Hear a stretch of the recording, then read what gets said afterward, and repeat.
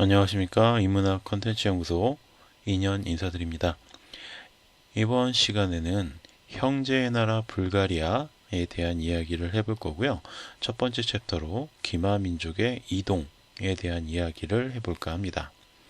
자, 기마민족의 이동에 대한 이야기를 하기에 앞서서 단재 신채호 선생님에 대한 이야기를 좀 해야 될 것 같은데요. 자, 지난번에 제가 대륙백제설에서도 잠깐 언급했던 것처럼 단재 신채호 선생님이 어떤 분이신지를 좀 정리를 하고 넘어가야 될 것 같아요. 자, 이 단재 신채호 선생님의 사진이 이렇게 있고요. 1880년에 태어난 신채호 선생은 어린 시절 아버지와 형을 잃었지만 할아버지께서 운영하시던 일종의 서당에서 한학을 배우면서 신동소리를 들으면서 자랐어요. 그러니까 굉장히 머리가 좋은 수재였다는 거죠.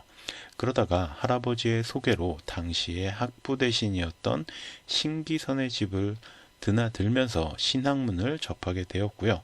성균관에 입학하면서 박은식을 만나서 유교가 지닌 한계점을 깨닫고 개화사상에 몰입하게 됩니다. 자, 그리고 나서 황성신문에 기자로 들어가는데 을사늑약으로 인해서 사장이었던 장지연이 시일야 방성대곡이라는 것을 쓰죠. 그래서 신문사에다가 자신의 신문에 이걸 올리면서 사람들이 이걸 보고 이게 어떤 민중에 대한 선동이다 라고 생각을 해서 일제에서는 이 신문사 자체를 폐간시켜 버립니다. 그리고 나서 신채호 선생께서는 대한매일신보로 자리를 옮기게 돼요. 그때부터 이제 이 신채호 선생은 우리 역사 속 위인들을 찾아서 이분들의 정기를 편찬하면서 우리 민족의 어떤 마음속의 자부심, 자긍심 이런 것들을 키우기 위해서 노력을 합니다. 그러다가 일제가 식민사관에 입각한 조선사 등을 편찬하면서 일제의 조선 침략을 정당화하기 시작하니까 신채호 선생은 이것에 대해서 반발하면서 민족주의에 입각한 자주적이고 실증적인 고대 한국사 연구에 박차를 가하게 됩니다. 이게 국사는 곧 국혼이라는 박은식 선생의 어떤 역사 인식을 맥을 이어서 신채호 선생님께서도 쭉 공부하고 연구하고 이걸 발표했다라는 거예요. 이후에는 중국과 러시아 등을 돌면서 독립운동에 매진을 하셨고 그 당시 지역에 묻혀있던 고구려나 발해의 유물들을 답사하면서 자신의 역사관에 바탕을 다지게 되었죠. 자, 이러한 계몽운동뿐만이 아니라 무장투쟁까지도 불사하던 신채호 선생은 무장 군사활동을 벌이던 독립군 단체 보합단의 뒤를 이은 제2회 보합단을 조직하기도 하셨고 의열단과도 굉장히 긴밀한 관계를 유지하셨다고 합니다. 자, 그리고 나서 이제 신채호 선생 하면 빠질 수 없는 게 바로 조선 상고사가 되겠어요. 1923년 1월에 상해에서 국민대표회의가 개최가 되니까 선생께서는 창조파에 가담을 해서 상해 임시정부를 해체하고 새로운 임시정부 수립을 하자라고 주장을 했어요. 그러니까 새로운 임시정부를 창조하자.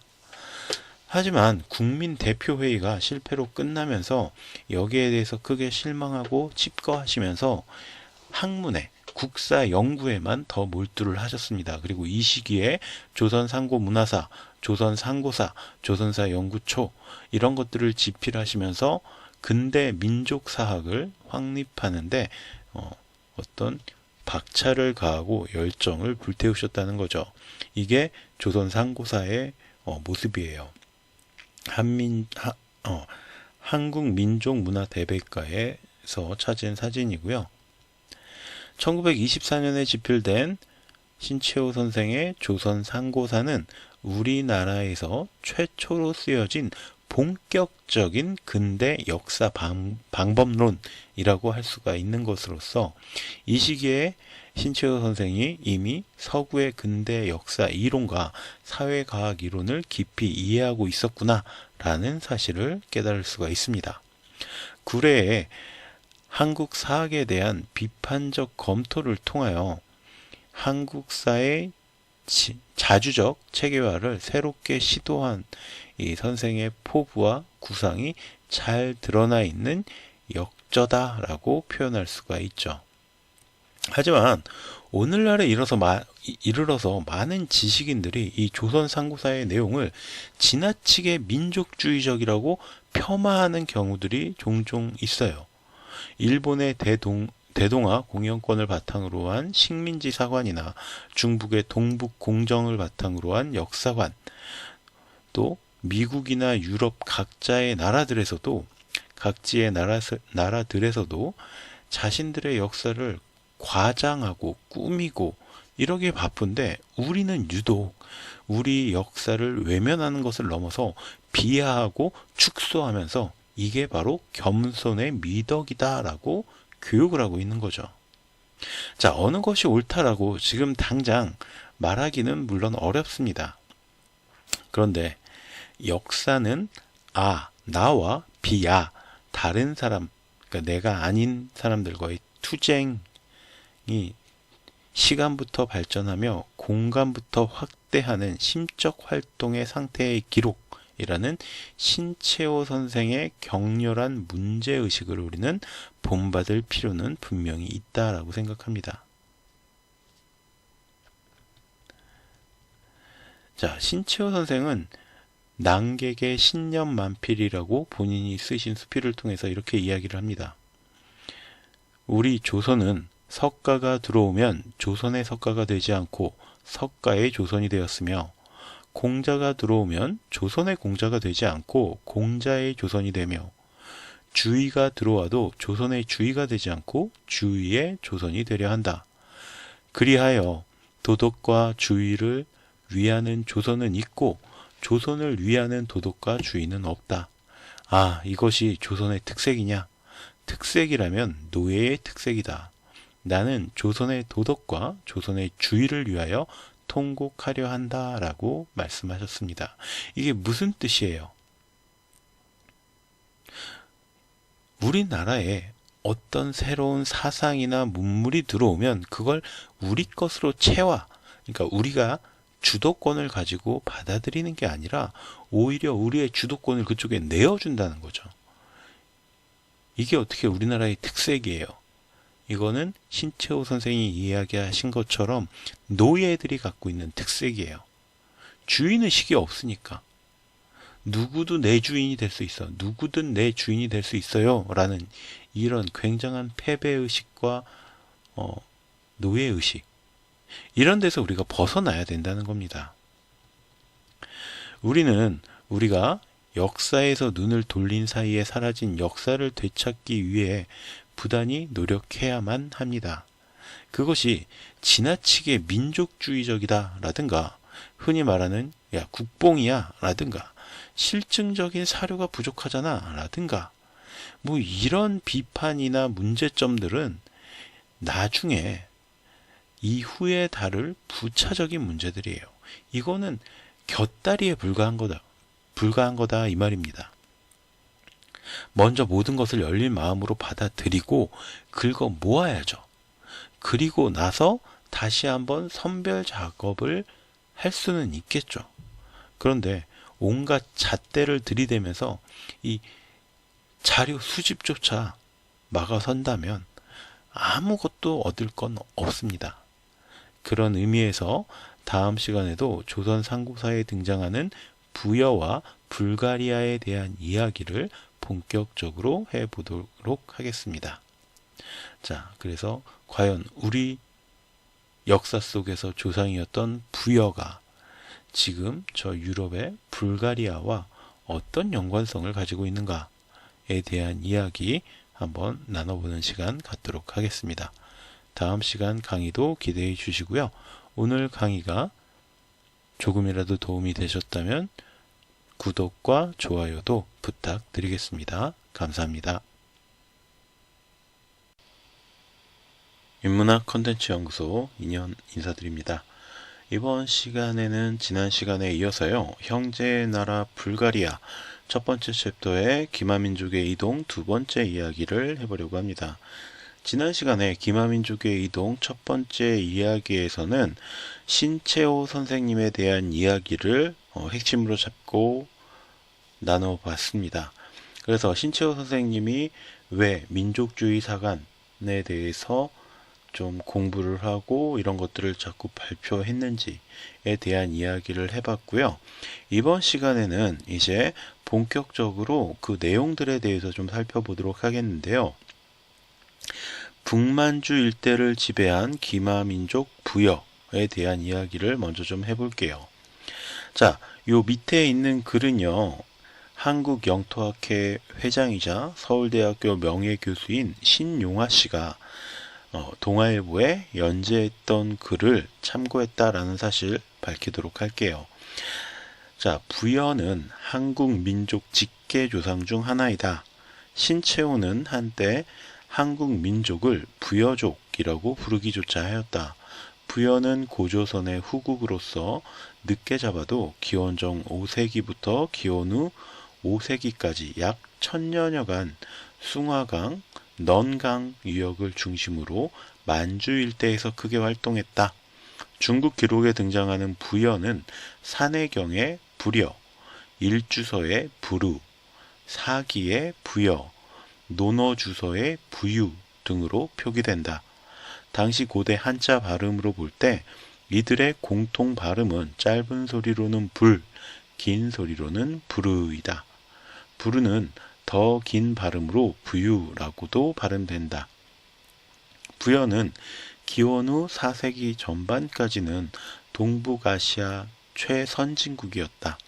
예컨대 삼국지 위서 동이전 부여조는 그 나라 사람들은 체격이 크고 성질이 굳세고 용감하며 외국에 나갈 때는 비단 옷, 스노운 옷, 모직 옷을 즐겨 입고 쭉 설명이 되고요.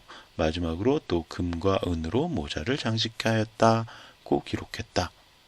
자, 그래서 부여의 통치 조직은 중앙의 국왕 아래에 최고 귀족장으로서 마가, 우가, 저가, 구가 등 여러 가가 있어서 전국을 동서남북의 사출도로 나누어 통치를 했고, 돼지, 소, 말, 돼지, 개, 소, 말이 등장하는 한국 민족의 윷놀이가 바로 부여에서 유래한 민속놀이다라는 것도 우리가 알아두면 좋을 것 같고요.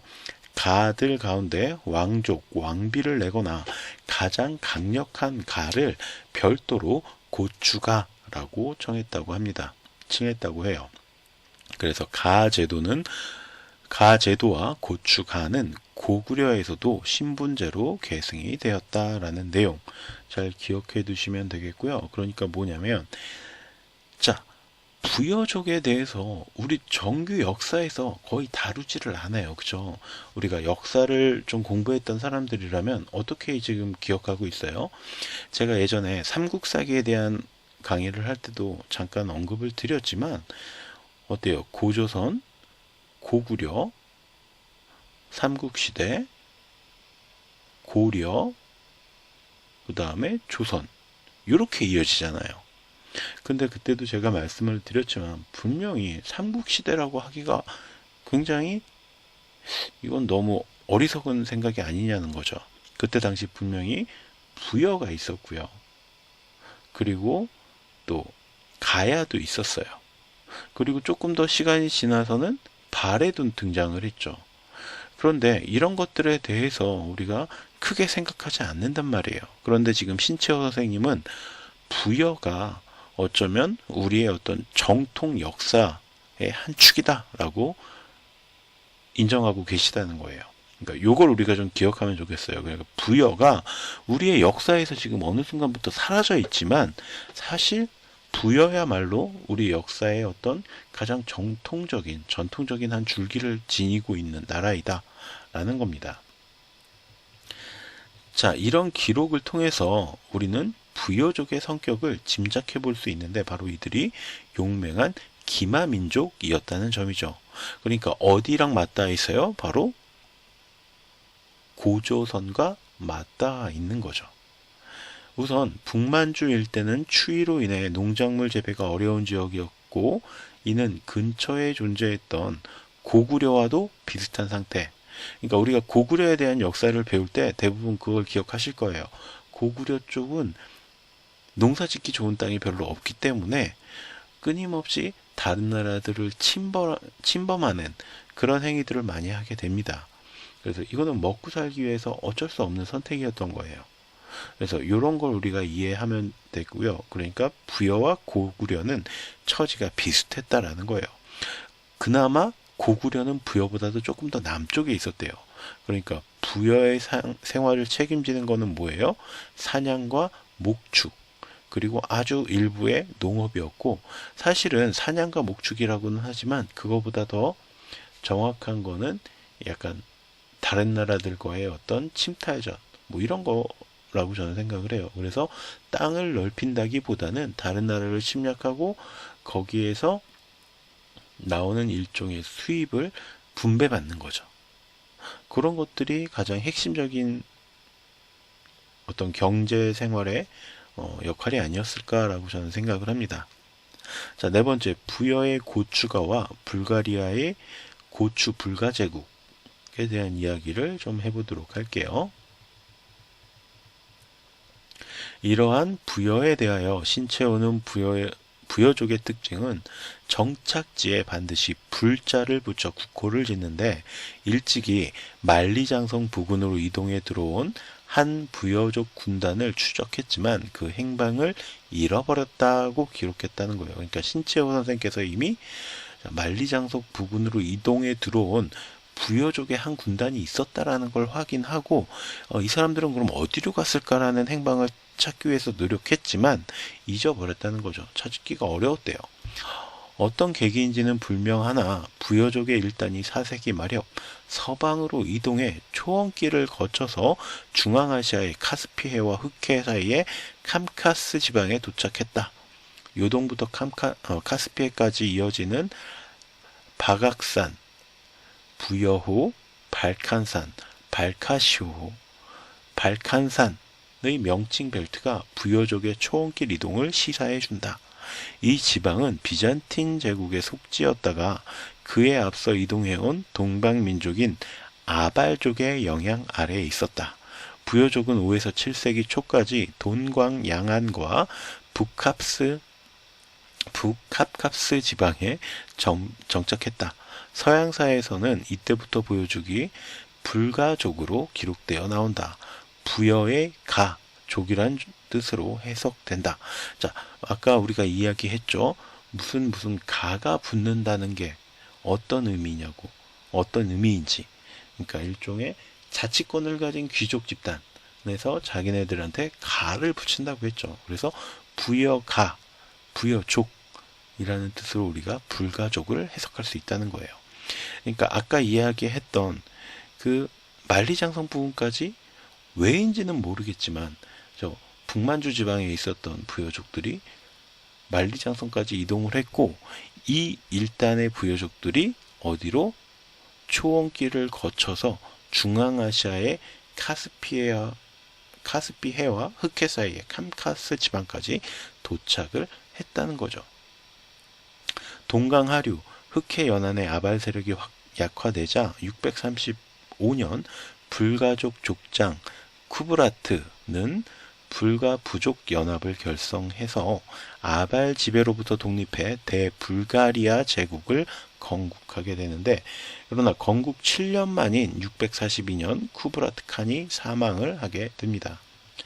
자, 이 쿠브라트의 아들이 5이 있었는데 이 5 아들이 격심한 권력 투쟁 끝에 헤어지게 됩니다. 자, 그래서 큰아들은 아버지의 자리에 쿠비 불가국을 수립했다가 그 남부를 장악했던 하자르족의 지배 아래로 들어가게 되고 넷째 아들은 판노니아 평원 그러니까 지금의 헝가리 쪽으로 찾아가서 아발족 밑으로 들어갔다는 거죠. 다섯째 아들은 다뷴유강을 건너서 비잔틴 제국의 보호를 구했다가 결국 비잔틴 제국에 복속하면서 그 밑으로 들어갔다는 거예요. 그런데 둘째 아들과 셋째 아들은 끝까지 외세에 복속하지 않고 독립국가의 길을 걷게 됩니다. 둘째 아들 코트라그는 북으로 이동하여 그들의 이름을 붙인 불가강과 카마강의 합류 지점에 고추불가국을 건설하게 됩니다. 고트라그의 고추불가국 명칭은 그들이 고추가임을 표시하여 그들이 부여족이라는 사실상의 명확한 증거의 하나가 된다. 자, 아까 전에 이야기했죠. 무슨가 하는데 그 중에 최고를 고추가다라고 한다는 거죠. 왕비 이런 것들을 배출해낸 귀족 가문을 고추가라고 한다고 했잖아요. 그러니까 지금 고추불가 제국이라는 건 뭐예요? 고추불가국은 왕이나 왕비를 배출한 가문, 귀족 가문이라는 거예요. 자, 고추불가국은 7세기에서 14세기까지 이 지역에 정착하며 번영하였고 고추불가국에는 922년 바그다드의 사절단이 도착하여 아랍 세계와의 통상이 시작되는데 이 사절단이 고추불가국을 불가강의 명칭을 따서 볼가불가라고 부르면서 아랍 세계에 그 이름이 알려지기 시작했다라는 거예요. 그래서 볼가강 명칭을 따서 불가국을 이어서 볼가불가라고 부르기 시작했다는 거죠. 고추불가족은 현재 타타르 자치공화국을 수립해 모여 사는데 그 언어의 문법 구조는 한국어 문법 구조와 동일하고요. 외양도 혼혈이 덜 돼서 동양인의 모습이 남아 있다라는 거예요. 여기서 말하는 동양인이 바로 우리 한국인이라는 얘기죠. 자, 그러니까 부여는 왜인지 알 수 없는 이유로 캅캅스 지방까지 이동을 했고 그곳에서 바로 고추불가 제국이라는 걸 세웠다는 거예요. 자, 지도가 잘 보이실지는 모르겠지만 이 북쪽 만주 일대에서 아마 이 지방까지 현재 불가리아 지방까지 간다면 이렇게 위로 가는 노선이 하나 있을 거고 아래로 가는 노선이 하나 있을 거고 두 가지 방법을 우리가 추측해 볼 수가 있는데 물론 볼가강의 위치는 현재의 불가리아와는 거리가 좀 있는 편이라는 거죠. 자, 보면 강의 위치가 지금 어디요? 불가강 지금 빨간색으로 표시되어 있는데 옆에 불가강이라고 써져 있어요. 볼가강이 써져 있고요. 자, 그러면 우리가 이렇게 생각을 한다면 이 볼가강과 현재 불가리아는 조금 거리가 있는데? 라고 생각할 수 있겠죠. 지금 불가리아 못 찾으신 분들은 자, 터키 맨 아래에 보면 터키가 있죠. 그리고 그 왼쪽 편으로 보면 불가리아가 있어요. 꽤 거리가 멀어요. 루마니아 건너고 우크라이나 건너야 볼가강이 나오죠. 자, 그러면 이게 잘 생각해 보자고요. 이쪽 유럽 쪽에서 얼마나 많은 부침이 있었어요. 그러니까 처음에는 저기였어도 이게 이동을 할 수 있다는 거죠. 불가리아 제국의 영역이 빼앗기고 밀리고 그러면서 결국 이쪽으로 왼쪽으로 차츰 치우쳐져 갔다라고도 볼 수 있다는 겁니다. 얼마나 여기서 많은 전쟁들이 일어났어요.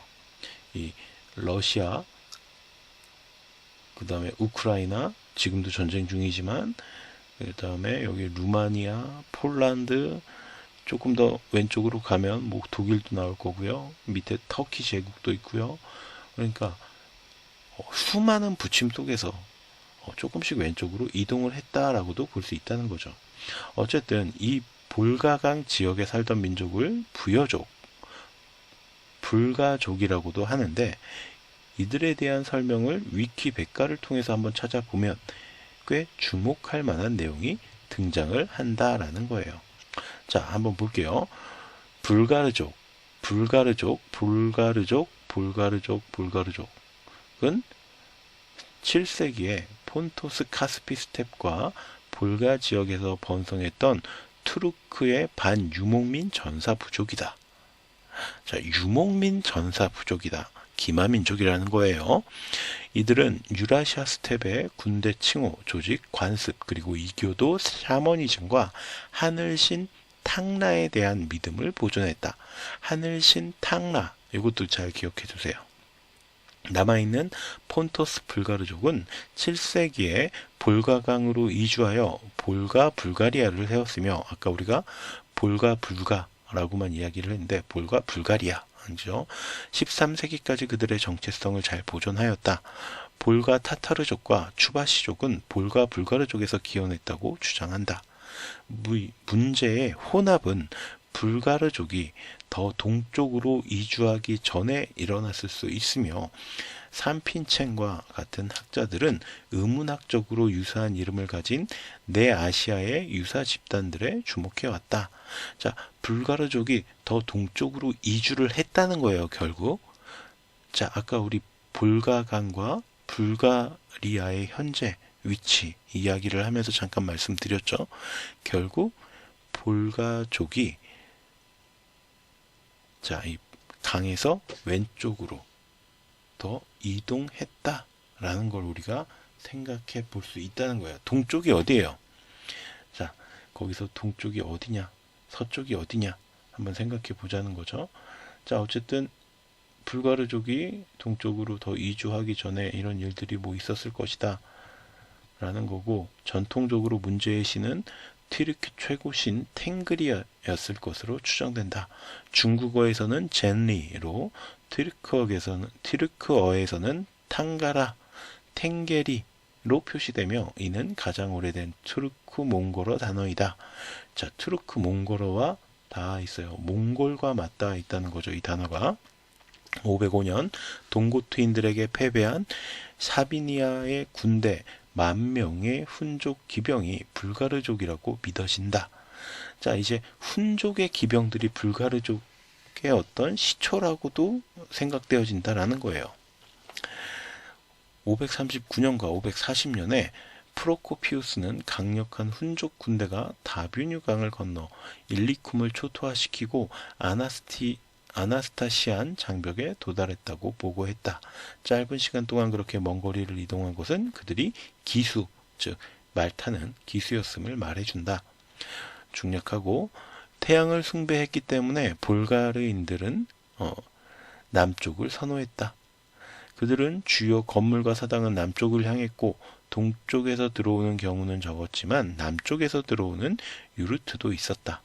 발굴 결과 불가르인들은 고인이 남쪽을 향하도록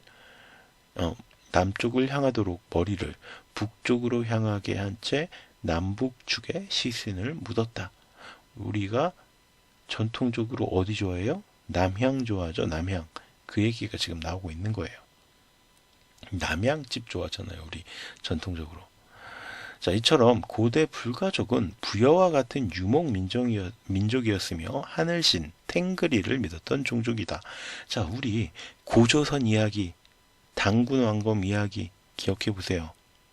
하늘신이 등장하죠. 하늘신을 섬기는 부족들이 어디 부족하고 맺어져요? 곰을 섬기는 부족과 맺어지게 돼서 탄생한 나라가 어디였어요? 고조선이었습니다.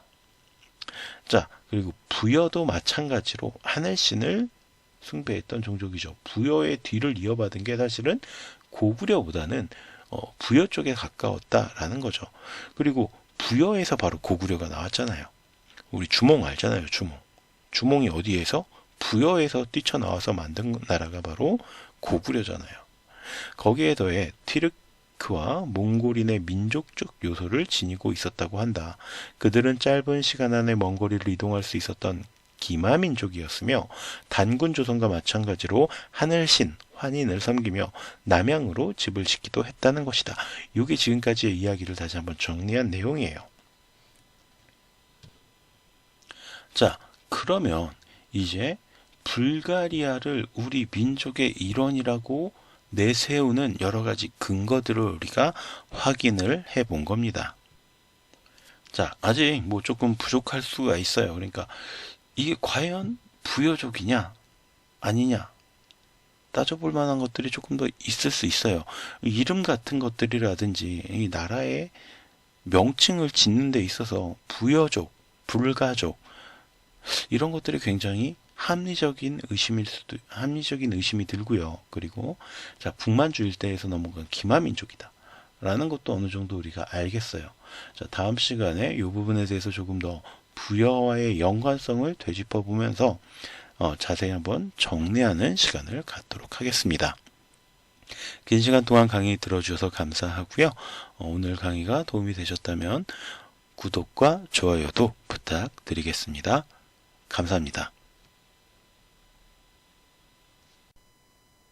안녕하십니까. 인문학 콘텐츠 연구소 인현입니다. 이번 시간에는 형제의 나라 불가리아 두 번째 이야기 부여의 기상을 간직했던 불가리아라는 제목으로 강의를 시작해 보도록 하겠습니다. 먼저 불가리아가 부여의 기상을 간직했다라는 제목을 가지고 왔는데요. 제가 지난 시간에 이제 부여와 불가리아의 관계에 대한 의혹이랄까? 예, 역사적 자료들을 가지고 이 두 나라 사이에 어떤 관계가 있는지에 대한 이야기를 조금 해봤습니다. 자, 그러면 이번에는 좀 지정학적 위치를 살펴보면서 발칸반도를 점령한 불가족에 대한 이야기부터 시작을 해보도록 할게요. 자, 둘째 아들 코트라그가 볼가강 유역에 고추 불가국을 세우는 동안 셋째 아들인 아스파르흐 역시 흑해를 지나 발칸반도에 도착을 하게 됩니다. 자, 여기 구글에서 찾아본 지도를 살펴보면은요, 예, 요 소피아라는 부분을 우리가 잘 기억해 주셔야 돼요. 제가 동그라미 쳐놓은 부분 있죠?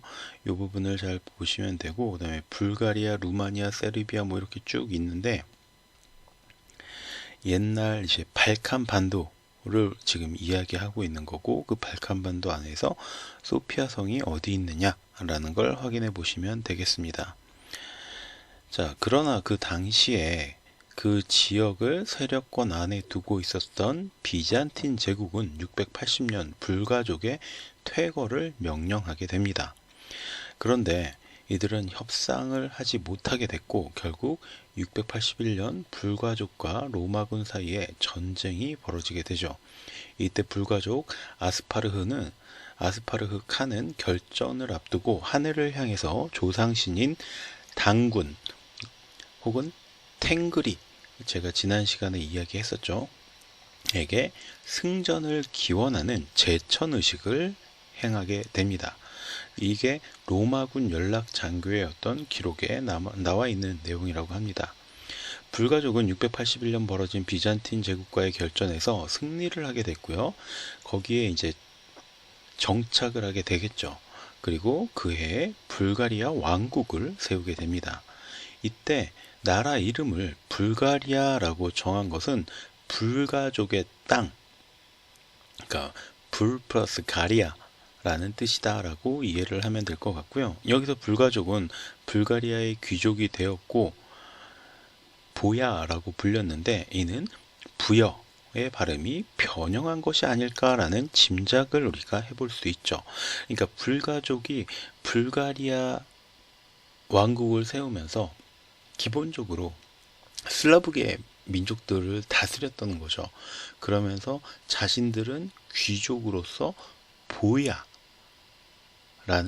어떤 자귀의 형태를 만들었고 스스로를 그래서 보야라고 불렀다는 거예요. 이게 부여의 발음이 변한 게 아닐까라고 추측할 수 있다는 거고, 어쨌든 슬라브족을 농민으로 삼아 다스리며 점차 강대국으로 발전하게 됩니다. 불가리아 제국은 9세기 초에 판노니아 평원까지 영토를 확장하고 대국이 되고요. 서쪽으로 프랑크 제국과 국경을 접하게 됩니다. 니케포로스 1세의 비잔틴 제국은 이를 허용하지 않고 809년에 불가리아를 공격했다가 불가리아 황제 크룸칸에게 역습을 당해서 참패를 하게 됐고, 크룸칸은 비잔틴 로마군의 요새 사르디카를 점령했으며 811년에는 산맥 고개에서 매복했다가 로마군을 대파하면서 비잔틴 황제 니케포로스 1세가 전사하는 결과를 가져오게 됐죠.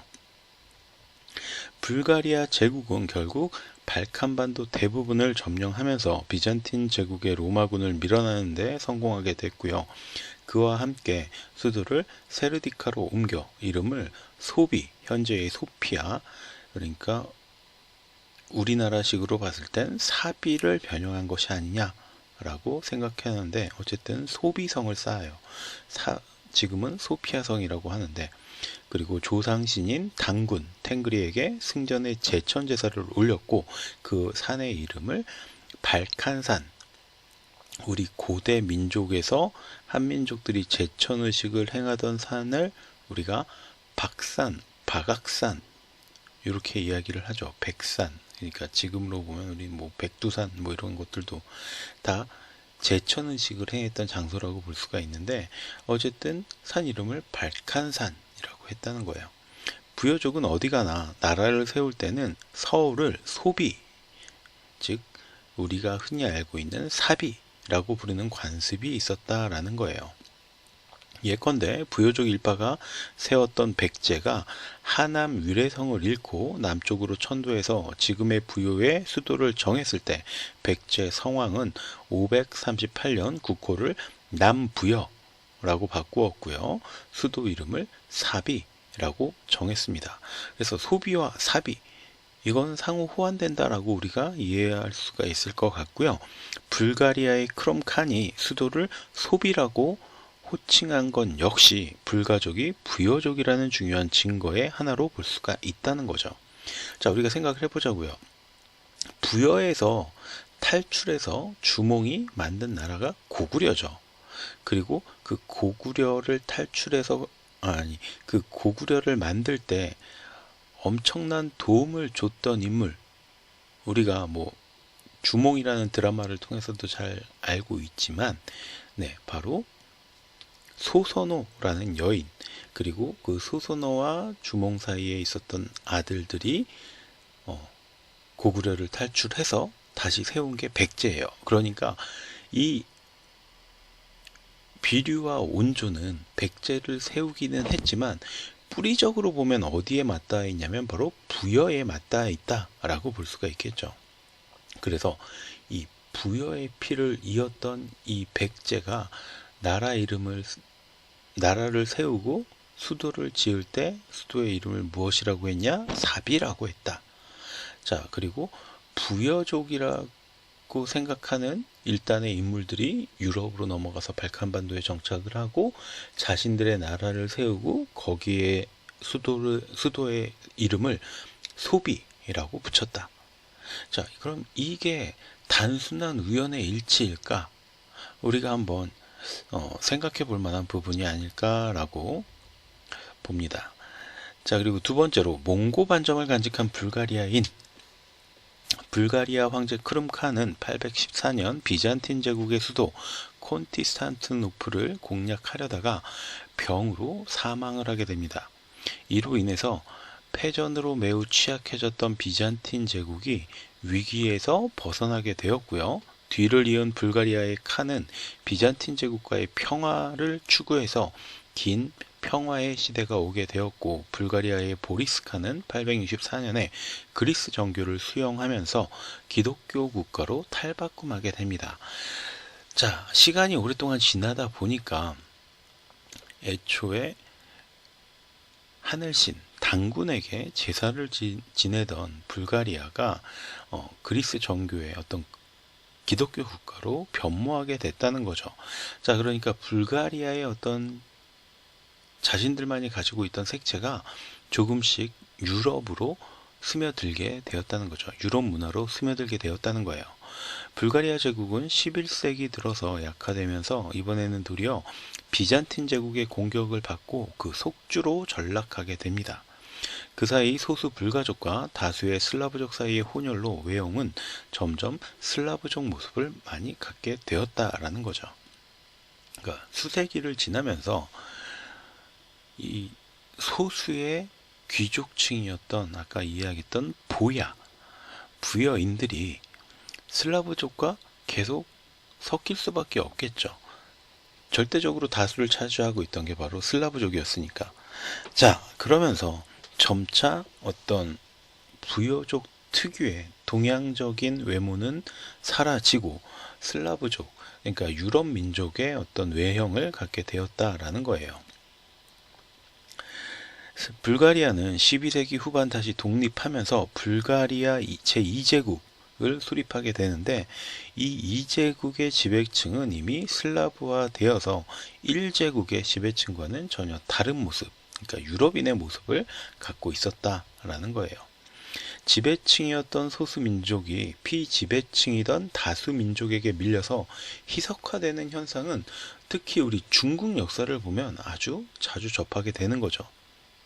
그래서 소수민족이었던 거란족이라든지 여진족이라든지 몽고족들이 중국의 한족을 다스리면서 점차 한족에 동화되어서 자신들의 색깔을 잃고 소수민족으로 전락해버리는 그런 과정들 우리가 중국 역사를 보면 굉장히 쉽게 찾아볼 수 있습니다. 이 부여족도 이때 그런 일련의 과정을 거쳤던 게 아닐까라고 우리가 추측해 볼 수 있는 거고요.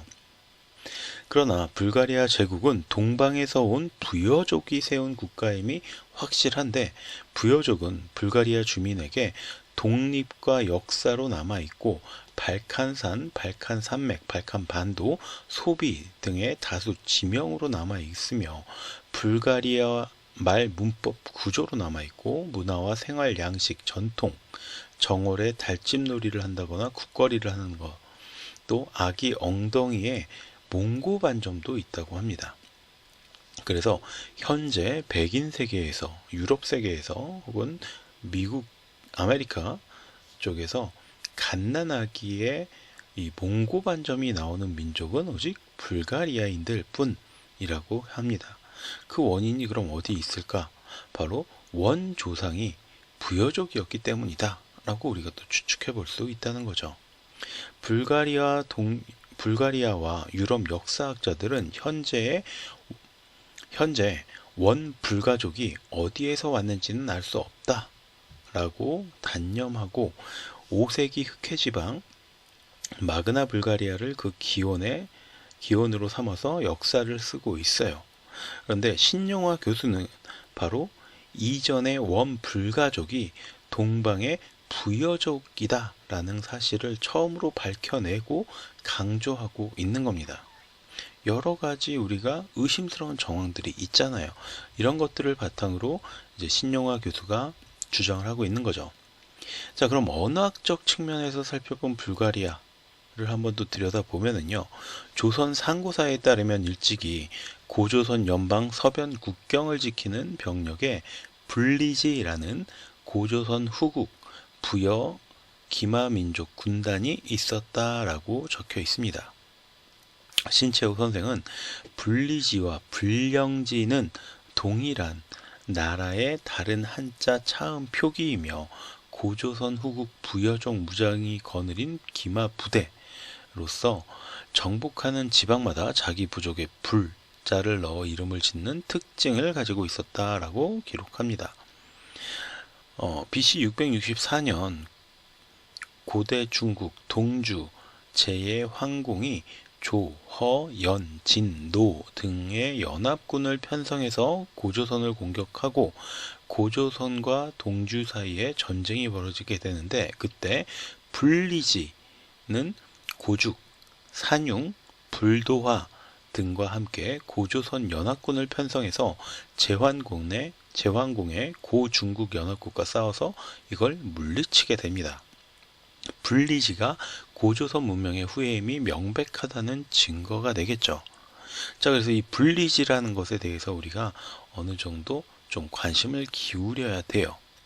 그래서 불리지 혹은 불령지라고 불리는 이 어떤 기마민족 군단, 그러니까 군대라고 할 수가 있겠죠. 이 군대는 바로 부여족 족장이 이제 거느리는 기마 부대이고, 어디에 통솔을 받았다? 고구려의 통솔을 받았다.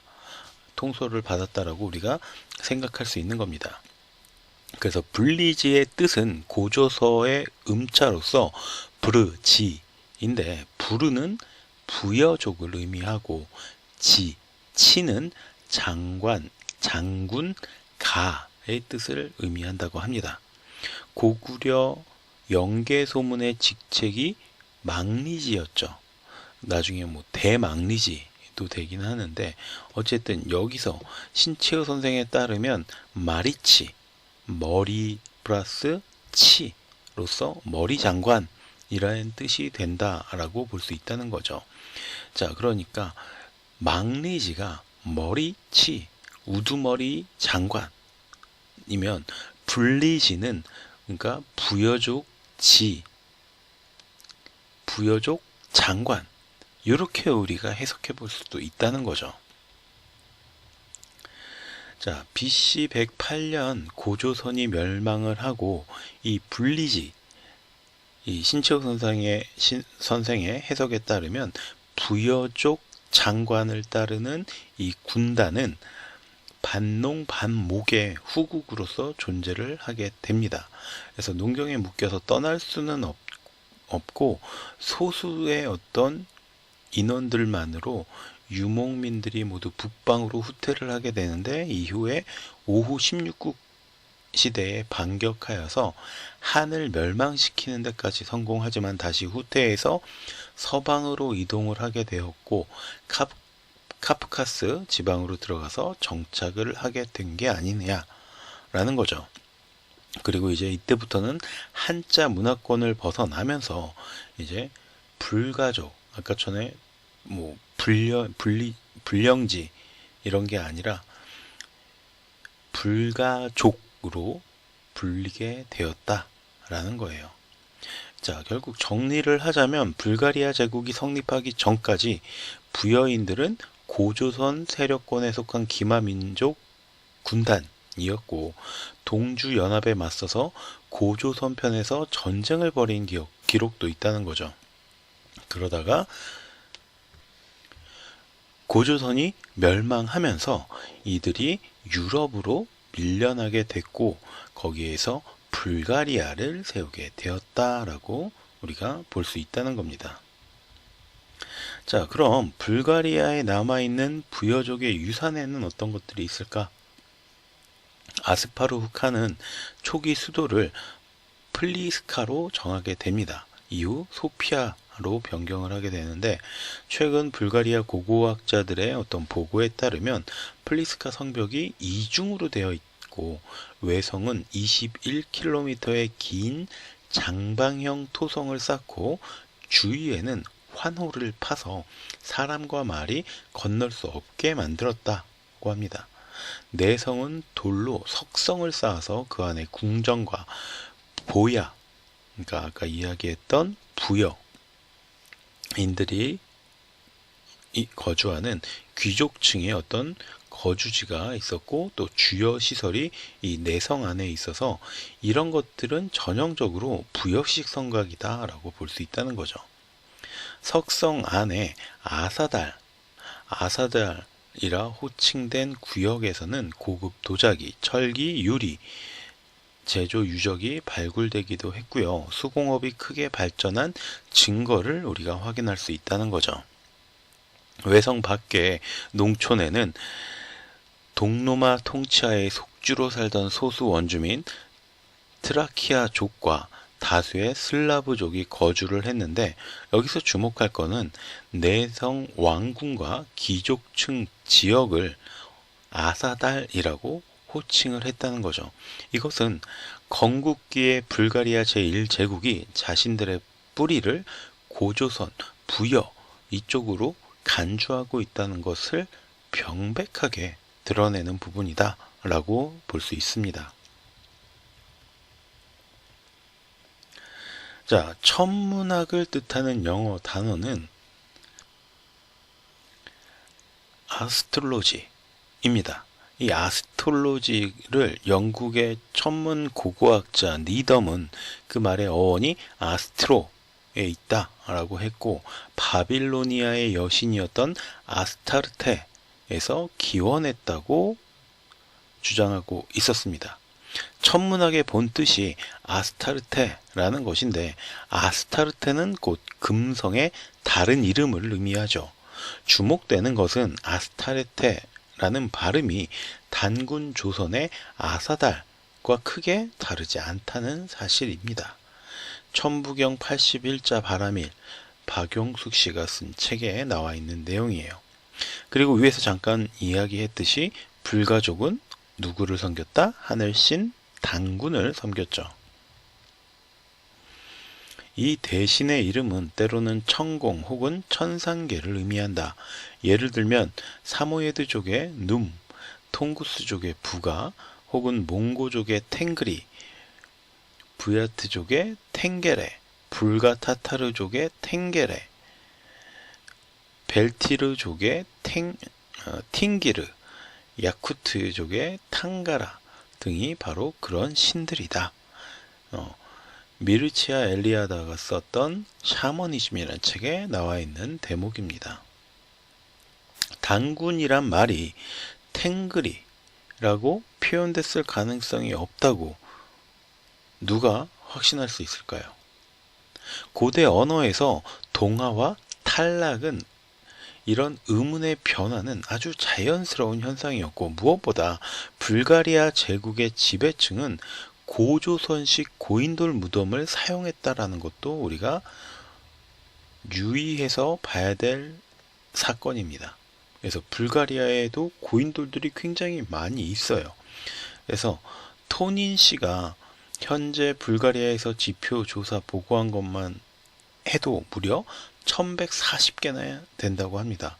이런 고인돌은 철기 시대의 것이어서 입구에 돌을 잘 다듬어 사각형의 상징적 출입문을 만든 발전된 특징을 보여주고 있습니다. 기본 구조는 그들 조상의 고조선 문명 고인돌 양식을 계승했다고 볼 수 있고요. 불가리아 제국을 동방의 불가르족, 불리지족, 불령지족, 자, 이런 민족이 이동을 해서 세운 것이다 라고 우리는 거의 확신의 어린 추측을 해볼 수 있다라는 겁니다. 자, 그러니까 좀 정리를 하자면 이런 거죠. 고조선 시대에 고조선 밑에 불령지 혹은 불리지 라는 기마민족 군단이 존재를 했고요. 자, 이게 바로 어떤 부여족의 근간이 되는, 부여족이 어떤 실권을 장악하고 있었던 일종의 기마민족 군단이자 어떤 부족이죠. 자, 그런 부족이 있었고요. 부족, 나라의 형태를 지닌 부족이 있었고, 자, 이들이 중국과 맞서 싸우기도 했는데, 어떤 수장이라고 할 수 있는 고구려가 멸망하면서, 자, 이 만주 벌판에 있던 곳에서 점차 중국 쪽으로 조금씩 스며들었고, 자, 그러다가 결국 밀리고 밀려서 어디까지 갔다? 유럽의 발칸반도 있는 데까지 도착하게 되었다라는 겁니다. 그러면서 불가리아 제국을 세우게 되었고, 우리가 여러 가지 자료적인 증거들을 통해서 이 부여와 불가리아가 결국은 같은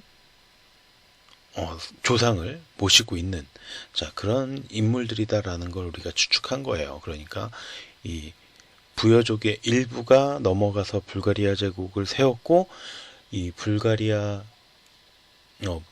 불가족, 우리가 지금 불가리아라고 딱 정의하지는 말고 불가족이라는 인물들이 어쨌든 와서 세웠는데, 이 불가족이 바로 부여인들의 어떤 핏줄이 아니겠느냐라는 합리적인 의심을 우리가 해볼 수 있다라는 겁니다. 자, 이렇게 해서 이번 시간에는 불가리아와 부여와의 어떤 관계에 대해서 조금 더 집중적으로 조명해보는 시간을 가졌습니다. 다음 시간에 또 쭉 이어서 이 부여와 불가리아의 관계에 대해서 이야기를 해볼 텐데요. 오늘도 긴 시간 동안 강의 들어주셔서 감사하고요. 오늘 강의가 조금이라도 도움이 되시고 마음에 들었다면 구독과 좋아요도 부탁드리겠습니다. 감사합니다. 안녕하십니까. 이문학연구소 인현입니다. 이번 시간에는 형제의 나라 불가리아 그 세 번째 이야기, 유물로 살펴보는 부여의 흔적에 대한 이야기를 시작해 보도록 하겠습니다. 형제의 나라 불가리아에 대한 마지막 강의가 될 거고요. 여기에서는 전체적으로 지금까지 여러 방면에서 초기 불가리아 제국을 세운 것이 발칸반도로 이동한 부여족이다 라는 사실에 대해서 설명을 했잖아요. 그리고 이제 결정적으로 마무리를 짓기 위해서 불가리아의 유적 답사를 통해서 유물들을 살펴보고 돌아온 이성한 한의사가 썼던 글이 있어요. 그것하고 2010년에 방영되었던 역사 스페셜의 내용을 참고해서 이야기를 이제 마무리 지어볼까 합니다. 제일 처음 같은 동방 민족이었던 아발족의 영향을 벗어나 불가리아 연합을 이끌었다는 쿠브라트는 쿠트릴구르, 우티구르를 통일하면서 온구르를 세우게 됩니다. 이때 지명에 붙은 구르, 구리, 그르, 이것은 모두 골짜기를 의미합니다. 자, 이것이 마을 이름일 때는 고리 되고요. 국가 이름일 때는 고려라고 음차해서 발음이 된다라는 걸 기억해 주시면 좋겠어요. 자, 어쨌든 이름을 통한 유추는 이 정도로 하고, 그럼 본격적으로 유물을 좀 살펴보도록 할게요. 자, 불가리아 박물관에 있는 초기 불가리아인의 모습입니다. 자, 딱 봐도 이 사람이 어떤 사람 같아요? 서구권 사람은 아니죠. 일단 코가 낮고 눈이 작아요. 자, 동양권, 아시아권의 사람이다라는 걸 알 수 있습니다. 이 사진은 불가리아 박물관에 전시되어 있는 초기 불가리아인의 모습으로 불가리아 초기 유적지에서 발굴된 인고를 복원한 겁니다. 그러니까 아무리 봐도 서양인보다는 동양인, 아시아인에 해당하는 얼굴이라고 할 수 있겠죠. 그리고 지금까지 앞에서 설명했던 내용을 바탕으로 한다면 결국 이 아시아, 동양인 중에서도 부여인에 해당한다라고 짐작을 해볼 수가 있습니다. 자, 두 번째는 불가리아 박물관에서 발견된 쿠브라트의 유물이에요. 자, 이게 경주 황남리에서 발견된 환두대도라는 거예요. 자, 어떤 비슷한 점이 있어요? 끝부분에 둥근 고리가 달려있죠. 자, 이런 형태의 칼이라는 게 굉장히 독특한 거예요. 끝부분에 고리가 달려있다는 거. 위에 불가리아 박물관에서 발견된 쿠브라트의 칼을 보자. 그리고 그 아래에 있는 고구려 백자 신라에서 공통적으로 발견되었던 환두대도를 또 같이 보면 손잡이 끝에 둥근 고리가 달린 이 독특한 이 모습이 서양의 검에서는 결코 찾아보기 어려운 독특한 형태다라는 거죠. 그리고 불가리아 유적지에서 발견된 목걸이와 발해 유적지에서 발견된 목걸이, 이 두 가지를 살펴봐도, 자, 왼쪽이 불가리아 유적지, 오른쪽이 발해 유적지에서 나온 목걸이인데 딱 봐도 굉장히 비슷하게 만들어졌구나 라는 걸 우리가 알 수가 있죠. 소재도 그렇고 색상도 그렇고 디자인도 그렇고.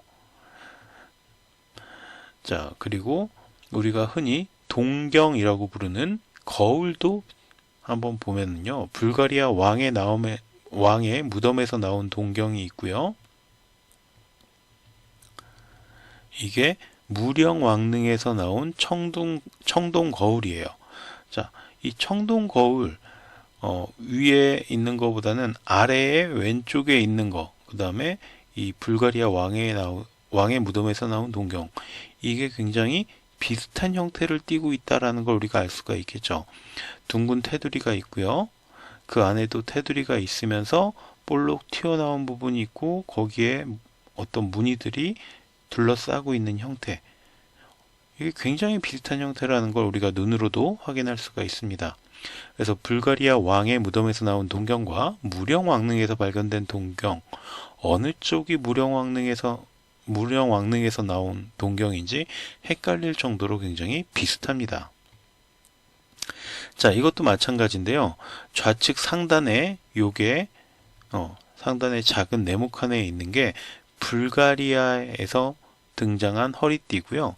그 다음에 아래에 좀 크게 있는 사각형에 있는 게 발해에서 발견된 허리띠의 모습입니다.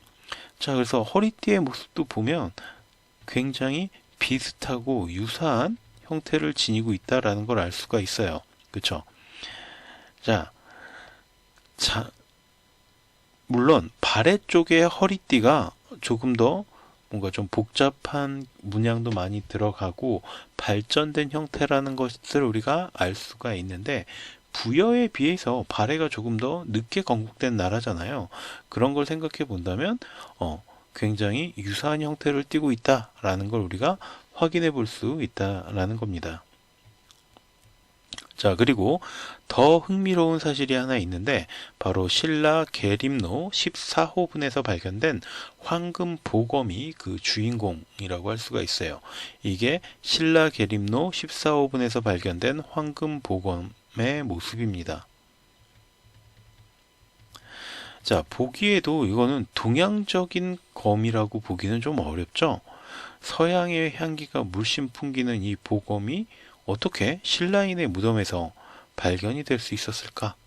이 2010년에 방영한 역사 스페셜 계림로 14호분 황금 복원의 비밀 편에서 굉장히 자세히 다루어졌었는데, 이 보검의 원류를 찾던 제작진은 불가리아로 향하게 되고요. 그리고 트리키아인들의 무덤에 찾아갔다가 그곳에서 트리키아인들이 기마민족이다라는 사실을 확인하게 됩니다. 트리키아 시대의 벽화를 보면 이들이 말을 타고 창을 쓰는 기마민족의 모습을 띠고 있었다라는 걸 알 수 있고요. 자, 트리키아인들은 몽골인이나 원불가리아인, 타타르인들과 같습니다라는 어떤 인터뷰 내용도 나오게 돼요. 그리고 제작진은 그곳에서 동물의 뿔을 형상화한 술잔이나 청동솥 같은 신라 혹은 가야와 유사한 유적품을 다수 발견할 수 있었다고 합니다. 그런데 이제 정작 이 황금검과의 연관성은 찾아내질 못해서 제작진이 다시 불가리아의 바르나 박물관으로 이동을 하게 됩니다. 이곳에서도 황금 보검의 원형을 찾지는 못했지만 황금 보검에 사용된 성유석, 우리가 가넷이라고 요새는 이야기하는 이 성유석을 이용한 다양한 장신구와 황금 보검에 사용된 상강 기법을 활용한 장신구들을 만날 수는 있었다라고 합니다. 자, 여기 보면 성유석, 가넷을 집어넣은 장신구의 모습을 우리가 확인해 볼 수가 있는데, 자, 다시 잠깐 위로 올라가서 이 황금 보검에 들어있는 이 여러 가지 무늬들, 가넷이 들어가 있는 무늬들, 이런 것들과의 연관성을 우리가 찾아볼 수 있다라는 거죠. 그리고 흑해의 로만글라스와 신라에서 발견된 로만글라스의 유사성도 확인할 수가 있었어요. 그래서 흑해에서 발견된 로만글라스, 그 다음에 신라에서 발견된 로만글라스, 굉장히 비슷한 형태를 띠고 있다라는 거죠. 결국 발칸 반도로 이동한 부여족은 불가리아를 세운 뒤에도 어떤 식으로든 간에 고구려, 백제, 신라 등과 끊임없는 교류를 주고받았구나라는 걸 우리가 짐작해 볼 수 있는 내용이죠. 다양한 역사적 사료를 통해서 우리는 불가리아가 우리와 형제의 나라다라는 사실을 확인할 수 있습니다. 물론 현재 슬라브족 중심의 불가리아가 아닌 그 이전에 부여족 중심의 어떤 제1불가리아 제국 이맘때를 이야기하는 게 더 정확한 표현이 되겠지만 어쨌든 신라가 중국의 힘을 빌어서 삼국을 통일하고 반도 북쪽의 소유권을 잃어버리고 중국에 대한 사대주의에 심취한 조선이 스스로의 역사를 부정하고 일제강점기 아래서 36년 동안 우리 민족의 역사를 빼앗기면서 우리는 어쩌면 우리가 지니고 있던 어떤 역사의 상당 부분을 스스로 버렸다거나 혹은 강제로 빼앗긴 것은 아닐까라는 생각을 해보게 됩니다. 대륙을 횡단하여 새로운 대륙에 닿았음에도 부여라는 이름을 지키려고 했던 조상들은 지금 우리 후손들의 모습을 보면서 어떤 상념에 잠길지 깊이 고민해 봐야 되지 않을까라고 생각합니다. 이영만리 정말로 타국의 먼 낯선 지방에 가서도 스스로가 부여족이고 부여인이다라는 어떤 자부심을 갖고 살았던 그분들에게 지금 우리의 모습이 어떨지 한 번쯤은 생각해보는 시간이 되기를 바라면서 오늘 강의는 마치도록 하겠습니다. 긴 시간 동안 들어주셔서 감사하고요. 오늘 강의가 도움이 되셨다면 구독과 좋아요도 부탁드리겠습니다. 감사합니다.